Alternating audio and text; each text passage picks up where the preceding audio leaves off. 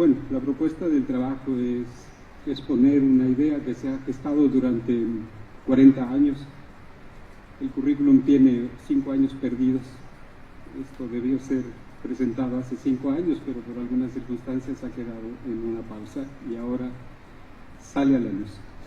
Bueno, La locura sin institución tiene un subtítulo también que faltó en la inscripción, que se denomina Epistemología de la Sinrazón. Ahora se va a entender por qué. A la búsqueda del tiempo perdido. Alegundo es la deformación lingüística de Segismundo, como Freud, Sigmund. Él fue el loco de la colonia en mi lejana infancia. De ahí en adelante, muchos locos han tenido algo que enseñarme, algo que aprender de ellos, algo que compartir con sus historias y quebrantos. Alegundo se ocupaba de ayudar a las personas de la comunidad con favores y mandados diarios. Sufría de ataques epilépticos, era sucio, desalineado y jugaba a ser apedreado por los niños que aparentaban tenerle miedo.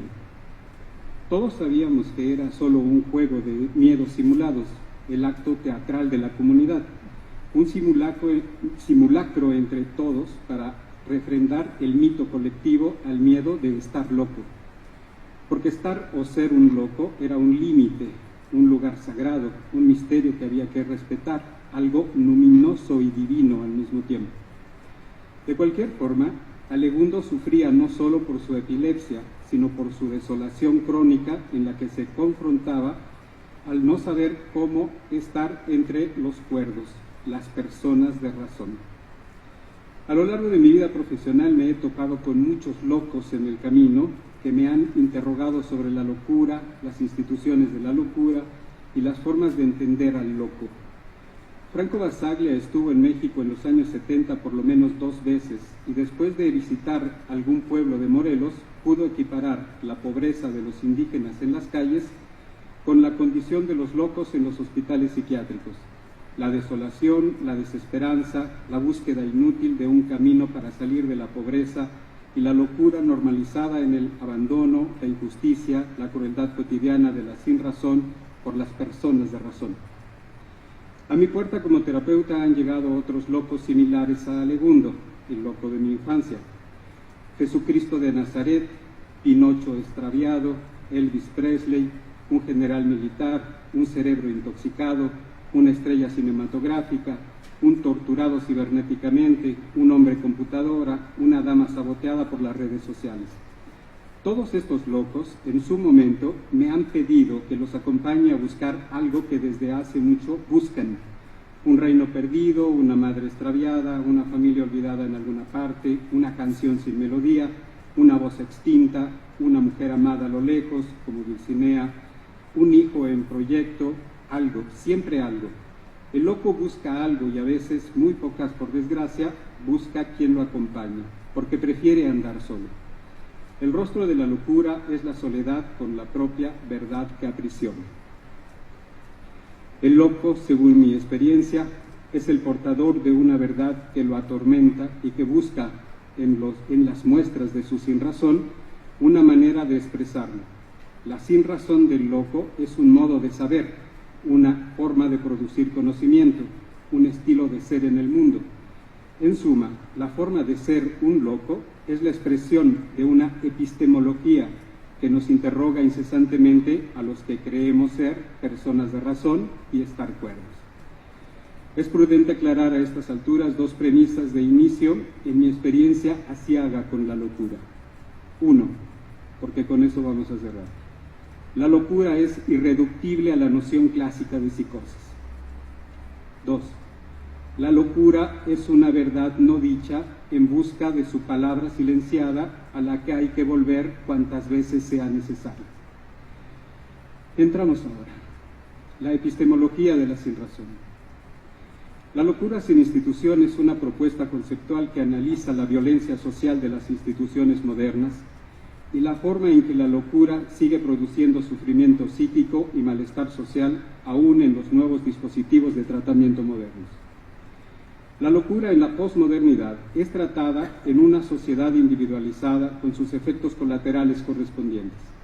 en lugar de buscar un tratamiento que corresponda a una sociedad compleja en la que se aspire a un desarrollo social y científico a favor de los sujetos y la humanidad. Los efectos de este cambio terapéutico que va de lo social a lo individual pueden ser analizados en las patologías del cuerpo sin imagen y en las imágenes sin cuerpo, en las que se inscriben las erotomanías y el bestialismo, por tomar solo dos ejemplos de esta locura posmoderna. Se analizan entonces las repercusiones que tiene la concepción de la locura posmoderna en el pasaje y transición de la sociedad disciplinar que analizó Michel Foucault, con el loco expulsado o engullido en el asilo, a la sociedad de control donde el loco es tratado y conducido por los dispositivos del mercado, en el que el sujeto trabaja arduamente para ser solo un individuo capaz de constituirse como un loco normalizado, consumidor, eficaz, innovador, resiliente, libre y feliz sin imposibles en su presente. La tesis que sostengo es que la locura posmoderna pasa por tres etapas recurrentes: la locura atacada, como siempre, la locura tolerada, la que vivimos, y la locura que se avecina, la locura promovida. El tejido institucional de la sinrazón en estos nuevos registros organiza una matriz de empalmes sobre los cuales la locura se moviliza y se manifiesta solo como emergencia clínica de los síntomas del desbordamiento, sin que se sepa cómo actuar sobre ellos. Trastornos alimenticios, toxicodependencia, suicidios, ambigüedades sexuales, feminicidios, criminalidad y destrucción. Síntomas organizados en torno a la moda de la bestialidad y la erotomanía, ataviada y promovida por el discurso de los derechos humanos, la innovación tecnológica, la ruptura de los viejos paradigmas y la mercadotecnia en calidad de instituyente revolucionaria de la sociedad sin ataduras, la sociedad sin fronteras simbólicas y territoriales, según nos dice la mercadotecnia.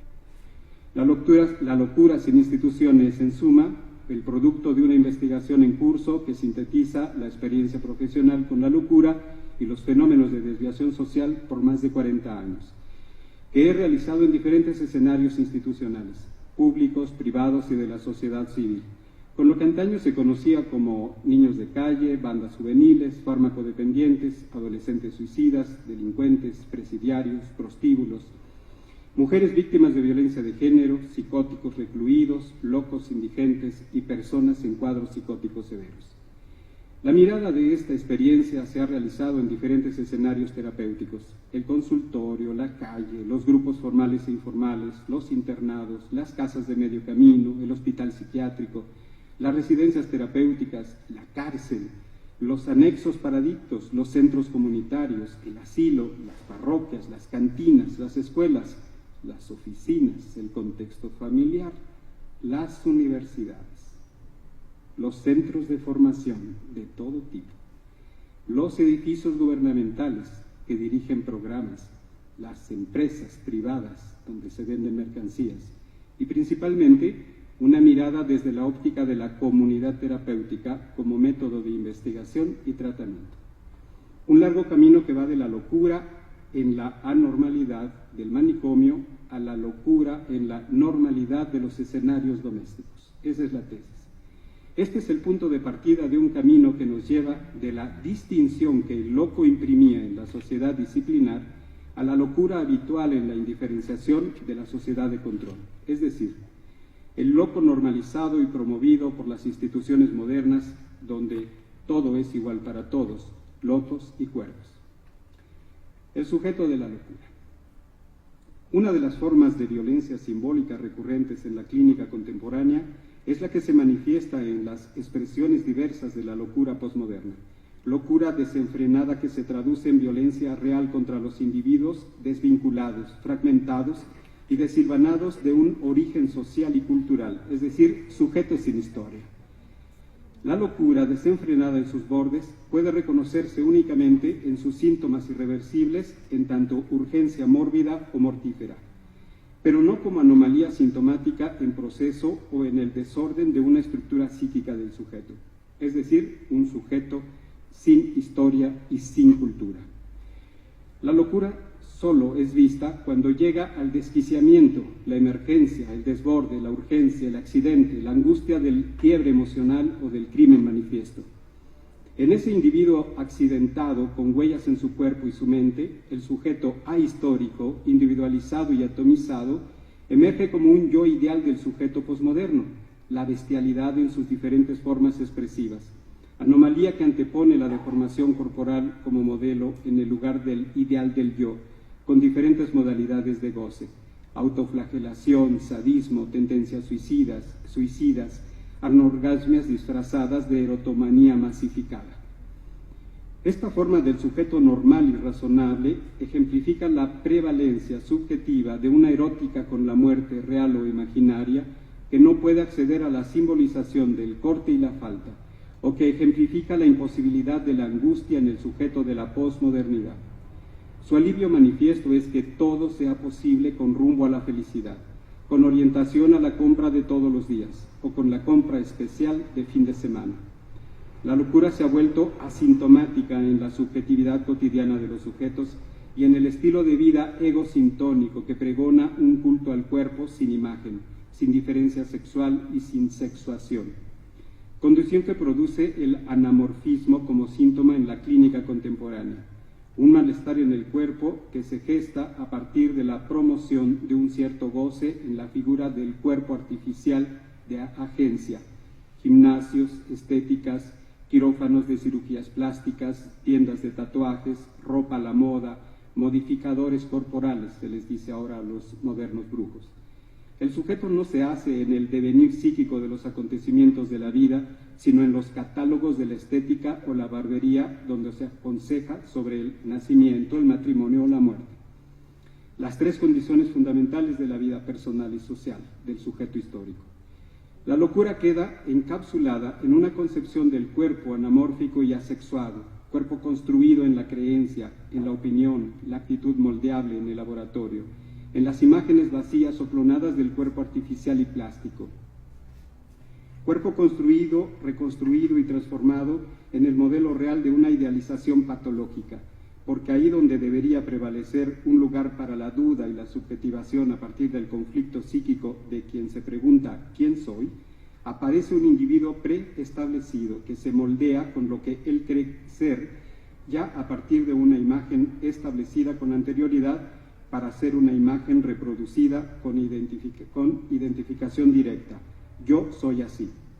La locura contemporánea habita de otra forma el cuerpo posmoderno, el cuerpo de la servidumbre voluntaria, el cuerpo de la violación admitida, el cuerpo que ama de frente al agresor en una suerte de identificación absoluta con el verdugo, el amo al que se le suplica la repetición del acto violento, del suplicio, de la violación, de esa violencia que implora su repetición y su insistencia. Así inicia la maldición del síntoma y así ocurre la repetición del trauma en los escenarios diversos donde la locura desenfrenada reclama la reproducción de la trama que se gestó en algún tiempo y en algún lugar en la historia de este sujeto que perdió la brújula y el reloj histórico de su trauma. Solo le queda el hambre de amor y la búsqueda frenética de la repetición. El camino equívoco a la felicidad al alcance de la mano y en complicidad con el verdugo restablecido en cada relación y en cada acto. La locura posmoderna es una locura ciega en sus orígenes y sorda para la escucha de su propia estructura. Una escucha imposible que le dé sentido al sujeto del trauma para otro destino. Y para esta locura posmoderna no existe escucha institucional que permita un diálogo terapéutico. Más bien se impone la complicidad admitida con la postura acrítica de la psicología y el psicoanálisis conservador en sus rituales doctrinales. La postura reducida a la escucha individualizada de diván, uno a uno o entre varios, sin nexos con el otro, el prójimo, el vecino, el otro en calidad de diferente, distinto, verdaderamente diverso. Luigi Soja proclama la muerte del prójimo como la condición actual del sujeto, y frente a este vaticinio ya no es necesaria la política del encierro en el manicomio o la estigmatización del loco en la comunidad para que la violencia real y simbólica opere con nuevas y renovadas formas de actuación en las familias y las instituciones contemporáneas. Escenarios de la convivencia doméstica donde las estructuras se desmoronan y los lugares se confunden hasta la locura, donde la figura autoritaria del padre se diluye y la imagen empoderada de la mujer se yergue como ley de la madre que se impone con todas sus consecuencias en la clínica contemporánea, donde las anomalías ya no son escuchadas para investigar su historia, sino para que los padres, los maestros y los tutores sociales se rehabiliten y comprendan el estatuto de los síntomas, el sujeto sintomático y el sufrimiento patológico desde la óptica de la definición jurídica del individuo aislado con todos sus derechos humanos. La causa y el efecto de esta condición es una afirmación tácita no analizada suficientemente que se impone como la verdad en la actualidad. Consiste en esto. La locura posmoderna supone que la diferencia estructural entre las generaciones y los géneros es posible cambiarlos, combinarlos, transformarlos y moldearlos al arbitrio del mercado de los negocios consensuados. La vida es una negociación aún en los planos de la constitución psíquica. Esa es la debacle. Ahora, la locura se pasea libre por las calles y en las instituciones tradicionales de socialización. La familia, la escuela, la iglesia y los nuevos escenarios de convivencia individualizada. Porque con los cambios acaecidos en la posmodernidad, son las instituciones las que enloquecen en sus nuevas formas de organización para la producción de la subjetividad que las sostiene. Surge y se impone una ideología de la locura normalizada y promovida por los medios de comunicación y la publicidad que se admite como verdad científica. Frente a esta manifestación novedosa de la locura en las instituciones sociales de la posmodernidad, emergen nuevos síntomas que desafían a los saberes psiquiátricos establecidos y al saber clínico psicoanalítico tradicional. La locura deja de ser locura en la sociedad posmoderna donde todo se permite y donde todo es posible. El sujeto ataviado de derechos humanos es más libre en sus manifestaciones y en sus síntomas anómalos. La sociedad contemporánea es en realidad más tolerante, inclusiva, igualitaria y equitativa para los sujetos que la integran. En el contexto de esta sociedad posmoderna, ¿es factible el ejercicio de la clínica psiquiátrica y psicoanalítica como hasta ahora se ha realizado? ¿O se irán constituyendo y conformando en una práctica pasada de moda que se limita a la impartición de consejos de autoayuda y recetas farmacológicas al por mayor? Esta es una primera parte donde la propuesta sobre pensar la locura tiene una idea muy simple. Ver la locura en los nuevos escenarios de la vida cotidiana, donde el riesgo mayor es que no nos demos cuenta y nos convirtamos en cómplices de una situación desde nuestra práctica profesional como médicos, educadores o psicoanalistas. Me paso toda la argumentación teórica que tiene esto, pues estaba pensada como para 1 hora, sé que eso no era posible, y entonces no quiero que se me acabe el tiempo sin poder decir los modelos epistemológicos con los que yo me he encontrado en la locura. Perfecto, suficientes. 12 minutos me dicen. Intuyeron que soy un transgresor. Esa confrontación entre el sujeto de la razón y el sujeto del inconsciente es lo que aquí denomino la epistemología del sujeto de la sinrazón. Un modo de saber sobre el ser que hace del ser un modo de no saber sobre el ser. Dejemos eso. Porque el psicoanálisis se preguntó no por la insuficiencia de la razón y el cuerpo anatómico, no como desilusión delirante, sino por el síntoma de la sinrazón como la base heurística de una pregunta para descubrir. Desde entonces, el inconsciente nos anuncia por todas partes malas noticias. La discusión en el pensamiento filosófico sobre la locura se ufana en definirla como un desvarío del pensamiento y la razón. La locura es la consecuencia fallida respecto al sujeto de la existencia razonada en su versión más simple y simplificada, la que representa al loco en el lugar del sujeto del inconsciente, el sujeto de otro tiempo y otro lugar. El loco es un desviado, el loco es un excluido y el loco es un fallo en el orden del lenguaje. Mientras que el sujeto de la filosofía, el sujeto racional o lógico por su competencia pensante, no es un hombre investido de locura.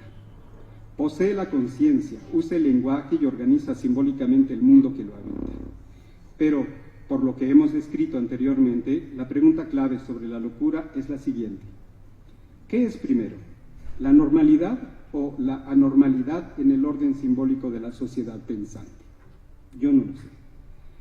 Contra el sujeto de la modernidad clásica, construido y erigido desde la antigua Grecia, aparece el sujeto del inconsciente en el siglo XIX, que ya no puede reconocerse en el tiempo posmoderno como ser social del pasado, sino como ser individuado y singularizado al extremo, a tal grado que ya no puede ser considerado como sujeto de una historia para el sujeto de un futuro ahora inexistente. La tesis central de todo esto es, la tesis de esta exposición es que la locura no es el producto del sujeto en falta física, como decía Dabuan en la mañana, mental o social. Por el contrario, la locura de base produce al sujeto de la normalidad imperfecta. De esta forma, la locura puede ser episódica, transitoria, estructural, permanente, regular o continua. Nunca es completamente toda. La locura es de todos en diferentes formas del saber.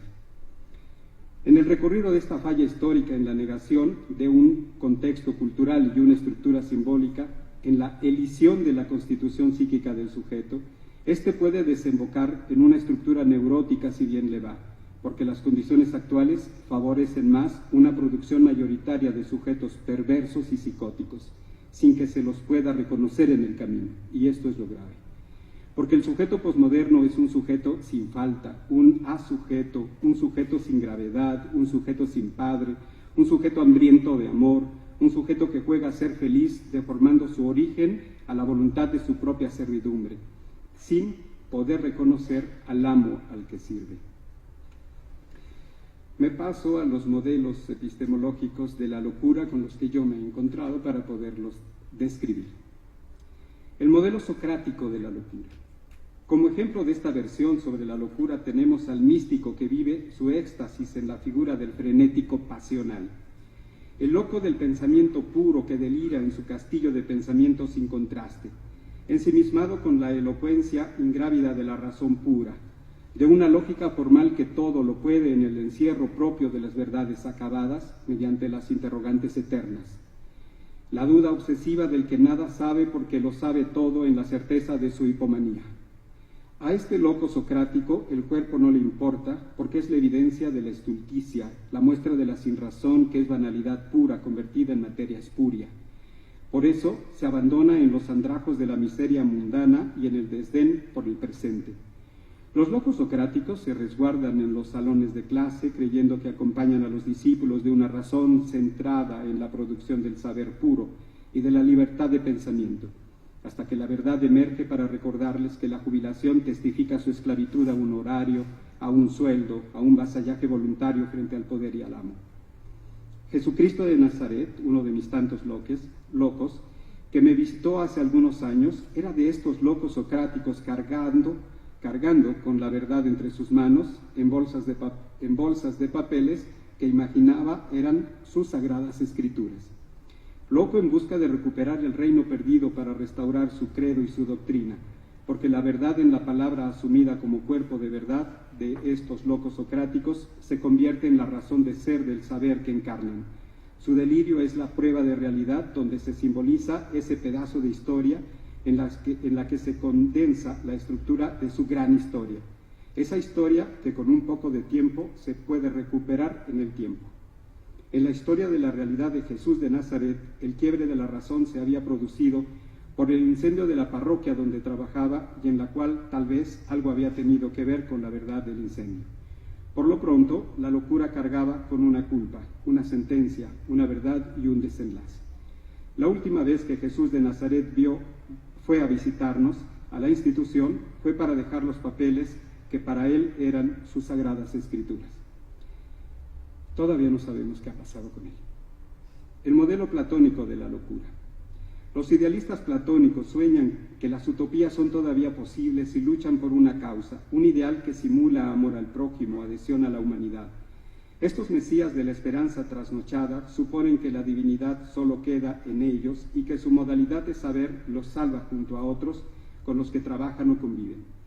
Son modernos Quijotes de la Mancha luchando contra molinos de viento y frente a cada derrota y batalla perdida se levantan para creer que su anhelo se ha fortalecido. La derrota los fortalece y continúan bregando y avanzando hacia el futuro de la nada. Al frente de batalla contra la mentira, la estulticia, la banalidad y la arrogancia del saber. Su modo de saber y su modo de enloquecer es afianzándose a la derrota como si fuera un triunfo, y no importa qué tanto la vida se les vaya entre las manos. Estos locos se aferran a un ideal que los constituye como identidad sometida en la idealización. Los profesionales que trabajan con la violencia y sus efectos son un poco el territorio de estos locos románticos contra lo imposible. Vaya. Son los guerreros de luchas perdidas, de causas imposibles y de delirios sacrificiales frente a los cuales la humanidad no puede dejar de luchar. Estos locos postulan una verdad inquebrantable que tomará cuerpo después como consigna y ruta de vida hasta la muerte. Al final del camino, este loco platónico se parece más al hilarante juglar que se muestra como un desquiciado de la libertad para mofarse detrás de su atuendo y su extroversión del mundo normal que lo usa de parapeto moral contra el cinismo materialista. Aquí encontramos a los torturados cibernéticos por la tecnología de moda. En este plano se encuentran el hombre computadora, la saboteada por las redes sociales, el periodista que muere por la muerte del periodismo analógico y un mundo que queda atrás. El loco platónico busca una verdad en las sombras que simulan el reflejo de la realidad en la cual él no confía. Esta es la historia de Antonio, quien es un joven en busca de su familia, sus hijos, sus camionetas, su casa, sus propiedades, su origen. En la historia de su realidad, este joven consume drogas, vive en unión libre con una joven mujer quien tiene un hijo de otra relación anterior. Dejó la escuela, trabaja con el padre repartiendo agua en la colonia, depende económicamente de sus padres y el futuro se derrumba cuando nace su primer hijo biológico. La crisis se desencadena cuando es medicado por los psiquiatras, internado en un anexo donde es castigado y tiene que dividir su amor por su hijo biológico y el hijo de su mujer. Entonces, frente a la ausencia de futuro, este loco platónico busca incesantemente su verdadera familia, donde estas heridas históricas no existan más. El modelo aristotélico de la locura. El loco materialista cree solo en lo que sus sentidos le testifican que es lo real, el constructor de las máquinas insólitas que se muestran en el lugar del inventor lunático, porque revoluciona su entorno con nuevas formas de experiencia como las máquinas voladoras, los aviones, o las máquinas modernas de la virtualidad, las computadoras ahora. Más recientemente, la recomposición de la biología, la nanotología, la neurobiología y las técnicas cibernéticas han dado una nueva fuerza a estos locos por la verdad en la ciencia exacta, estereotipada, obsesiva, empotrada en la verdad de los esquemas terminantes y totalitarios. Los locos aristotélicos se adhieren a la realidad de las cosas materiales para mostrar a los incautos que la realidad debe ser como es y no de otra manera. Y esta postración acrítica frente a la realidad es lo que los excluye de la realidad crítica junto a los otros.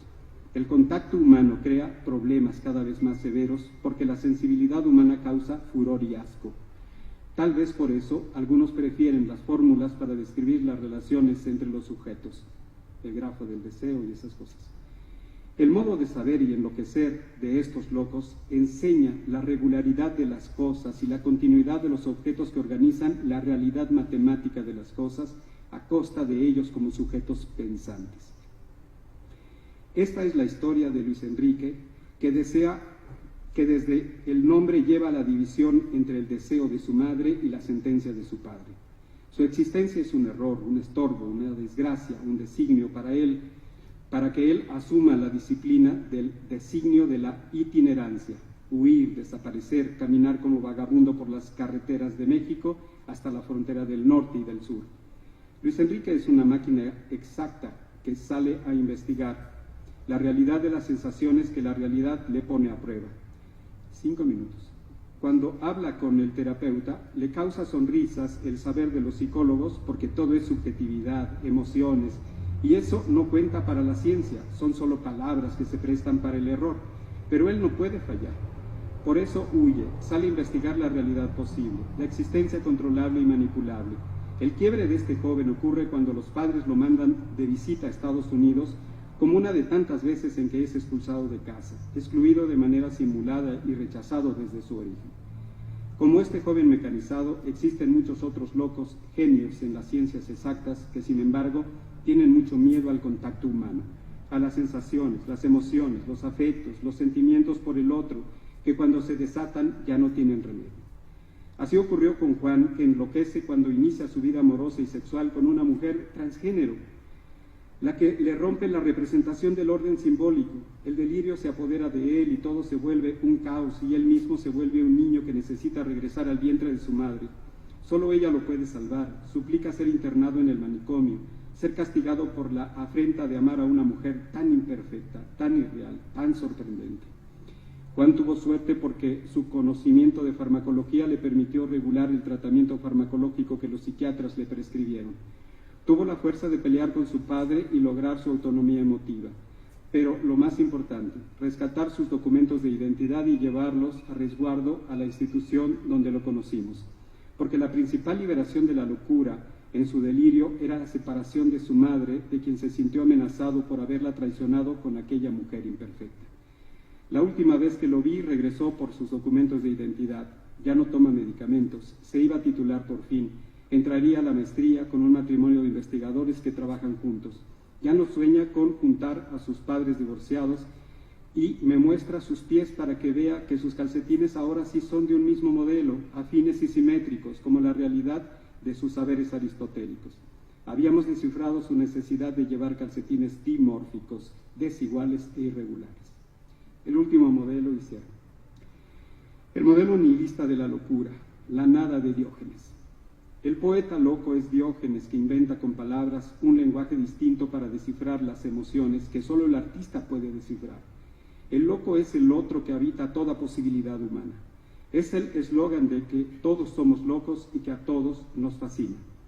Se le ha concedido a la humanidad mostrarse como locos en todas sus expresiones. Diógenes es la encarnación de la bestialidad contemporánea porque no le importa ninguna de las versiones anteriores de la locura y la humanidad. Cercano a Sócrates en su versión obsesiva por la duda, Diógenes no busca la verdad, sino la mentira que toma el lugar de la verdad para desmentirla. Su esfuerzo es para demostrar que todo es falso y equívoco, y con esta verdad a cuestas proclama que todo es posible. La locura lo habita en el origen de todo sujeto, o lo que sería lo mismo, la encarnación científica del inconsciente en el sujeto para ser curado. Diógenes sigue buscando con su linterna al hombre para desmentirlo, solo que ahora le cobra la consulta.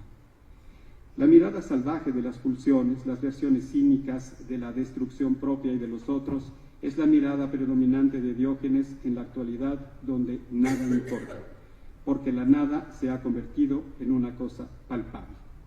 Diógenes, el bestial, ignora su seguridad, su cuerpo y su desnudez, que se impone como el modelo para jóvenes y viejos, para todos. Diógenes es la versión de un ser asexuado como la erotomanía de la posmodernidad, que supone reducir la anatomía y la saciedad del conflicto sexual a la sexualización de las relaciones donde todo es posible, creyendo que se puede elegir el sexo, la edad, la diferencia simbólica, la diversidad, la otredad reducida a la mismidad, al mimetismo, a la repetición de la nada. Diógenes no duda para encontrar la verdad, sino para destruirla o burlarse de ella. Cierro con el epílogo.